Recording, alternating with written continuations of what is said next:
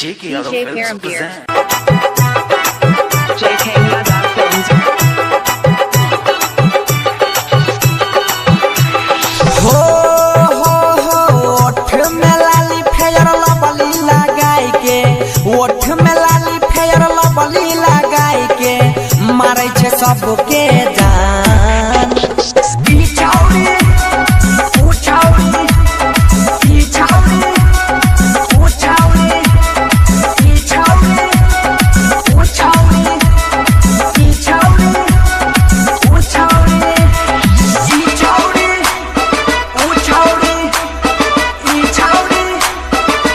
छौरी Sapna studio Delhi. Shiv Narayan Sitamarhi. Shiv Narayan Sitamarhi. JK Yadav Films. हाँ गोरे गोरे गाल बाली ओठ लाले लाल बाली देखै में बड़ी जबरदस्त लागे छै जोरा जोरा पायल कान में बाली देखै में छौरी मस्त लागे छै